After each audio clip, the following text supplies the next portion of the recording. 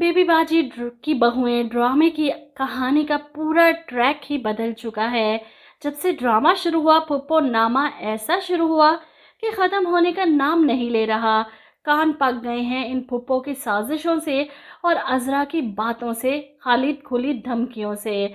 जमाल और अजरा के दरमियान गलत फहमियाँ पैदा करने के बाद घर का निज़ाम तो फुप्पो ने अपने हाथ में कर लिया। अब सायरा के कहने पर नसीर और अस्मा के बीच गलत फहमियाँ पैदा करनी है ताकि बुटीक का निज़ाम सायरा के हाथ आ सके। इधर अजरा परेशान हो चुकी है, कोई इसकी बात सुनने और समझने को तैयार नहीं। और वहीं मुलाजमा जो हर वक्त इसके सर पर सवार रहती है। अजरा इससे उगलवाने की कोशिश करती है कि बड़ी भी इस वक्त क्या साजिश कर रही हैं, क्या प्लान बना रही है। लेकिन सफ़िया फ़िलहाल अजरा की मुट्ठी में नहीं आने वाली, बड़ी तेज़ चीज़ है। लेकिन जब अजरा इसे लालच देती है और इसे बताती है कि किस तरह इस बुढ़िया ने इस घर पर कब्जा किया, सारी बातें इसके साथ शेयर करती है, तो सफ़िया हैरान रह जाती है। सच कह रही है बेबी जी, मुझे तो बिल्कुल भी नहीं पता था कि ये बड़ी बेगम साहिबा इस घर में मेहमान बनकर आई थी और मालकिन बन गई। यहाँ पर तो कोई अजरा की बात सुनने को तैयार नहीं। सबको लगता है कि अजरा गलत सोच रही है फुप्पो के बारे में। ऐसे में अजरा इसी मुलाजमा के सामने ही अपने दुखड़े रोती है कि यहाँ सबको लगता है मैं बुरी हूँ, अजरा बुरी है, वो अच्छी हैं। अजरा लड़ाका है, वो बड़ी प्यार करने वाली, मोहब्बत करने वाली है। अरे एक नंबर की चालबाज औरत है ये बुढ़िया। पूरे घर वालों की आंखों में इस बुढ़िया की मोहब्बत की जो पट्टी बंधी है ना, सबको बताना है इसका असली चेहरा क्या है, इसका असली रूप दिखाना है सबको। अब हम दोनों मिलकर ही बदला लेंगे इस सबसे। अब तुम मुझे पल पल की खबर ला के दोगी इस बड़ी बी की क्या प्लानिंग कर रही है। और सफ़िया भी अजरा से हाथ मिलाती है कि बस आप देखती जाएं बीबी जी मैं करती क्या हूँ। लेकिन फ़िलहाल अजरा को इस मुलाजमा पर भी यकीन नहीं कि फुप्पो बेगम ने इसे रखवाया है। क्या पता फुप्पो बेगम ने टोह लेने के लिए इसे मेरे पास भेजा हो। वहीं सायरा और अस्मा बुटीक से घर वापस आती हैं तो अस्मा सीधा किचन में जाती है फ़रहत की मदद करने के लिए खाना बनाने में, क्योंकि फ़रहत भी तो अपनी फ्रेंड्स के साथ टूर पर जा रही है 1-2 दिन के लिए, इसे भी तो जाने की तैयारी करनी होगी।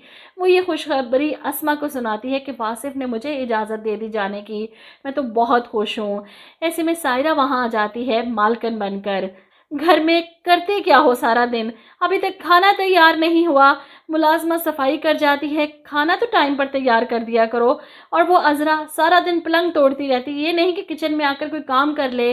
अस्मा इसे यहाँ से भिजवा देती है कि सायरा तुम जाओ, हम खाना भी लगा रहे हैं टेबल पर, तुम चेंज कर लो जाकर। इधर आप देखेंगे कि अजरा फुप्पो के कमरे से कान लगाकर बातें सुनने की कोशिश करती है। ऐसे में अस्मा पीछे से आती है, अजरा भाभी ये क्या कर रही हैं आप, फुप्पो के दरवाजे के साथ कान लगाकर क्यों खड़ी हैं। जिस पर अजरा कहती है अस्मा तुमने तो मुझे डरा ही दिया, मैं तो बस ये सुनना चाहती थी ये साजिशी बुढ़िया अब कौन सी प्लानिंग कर रही है। अस्मा इन्हें रोकती है कि भाभी ये गलत है, ऐसा ना करें, आपको किसी और ने देख लिया तो कितना बुरा लगेगा। जिस पर अजरा जवाब देती है मैं तो दूर से आती हुई तबाही देख रही हूँ इस घर में। खैर अजरा को तो इस घर में कोई नहीं सुनने वाला, वो इस घर का भला चाहती है। सबको तब समझ आएगी जब फुप्पो का असल चेहरा सबके सामने आएगा। वहीं दूसरी तरफ शहनाज जब से अजरा के पास से होकर गई है परेशान है। इस बात का जिक्र कुरैशी साहब के सामने भी करती है, कल को हमारी बेटी ब्याह कर उस घर में जाएगी तो वो बड़ी भी न जाने क्या सलूक करे उसके साथ।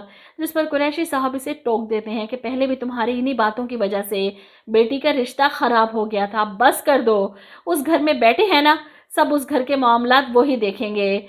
इधर गुलशन आरा अजरा के पास आती है और यहाँ के हालात अजरा इसे बताती है, जिस पर गुलशन आरा नारा लगाती है कि दुनिया जिंदा रहती है अच्छे दोस्तों के बल पर और हमारी अजरा जिंदा रहती है अच्छे दुश्मनों के बल पर। बस फिर इनको दिखा दो अजरा क्या चीज़ है। हर एपिसोड में यही अल्फाज कि अजरा क्या चीज़ है। अब बताऊंगी अजरा चैंपियन क्या चीज़ है। अजरा से जो टक्कर लेगा पाश पाश हो जाएगा। लेकिन अभी तक अजरा इस फुप्पो का कुछ नहीं बिगाड़ सकी, उल्टा फुप्पो और इनकी बेटी ने अजरा को साइड पर लगा दिया है।